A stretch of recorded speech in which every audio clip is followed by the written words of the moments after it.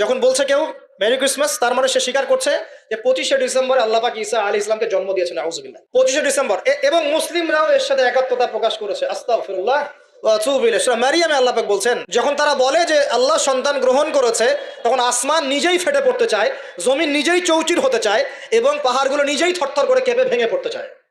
যদি আল্লাহ পাক এদেরকে ক্ষমতা দিতেন, যে ইচ্ছার স্বাধীনতা দিতেন, হ্যাঁ করো, তাহলে আসমান ফেটে পড়তো। এখন যখন আমরা বলছি যে মেরি ক্রিসমাস, আসমান ফেটে পড়তো।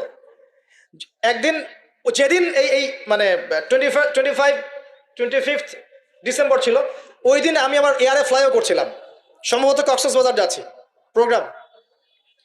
তো দেখি যে বিমানের মধ্যেই বলা শুরু করলো যে লেডিস এন্ড জেন্টলম্যান, হ্যাঁ ladies and gentleman, welcome to our flight, এগুলো বলছে। বলার পরে বলছে যে মেরি ক্রিসমাস, সবাইকে ক্রিসমাসের আন্তরিক শুভেচ্ছা। তখন আল্লাহর কসম আমার মনে হচ্ছিল যে এখন মনে হয় প্লেনটা ভেঙে পড়ে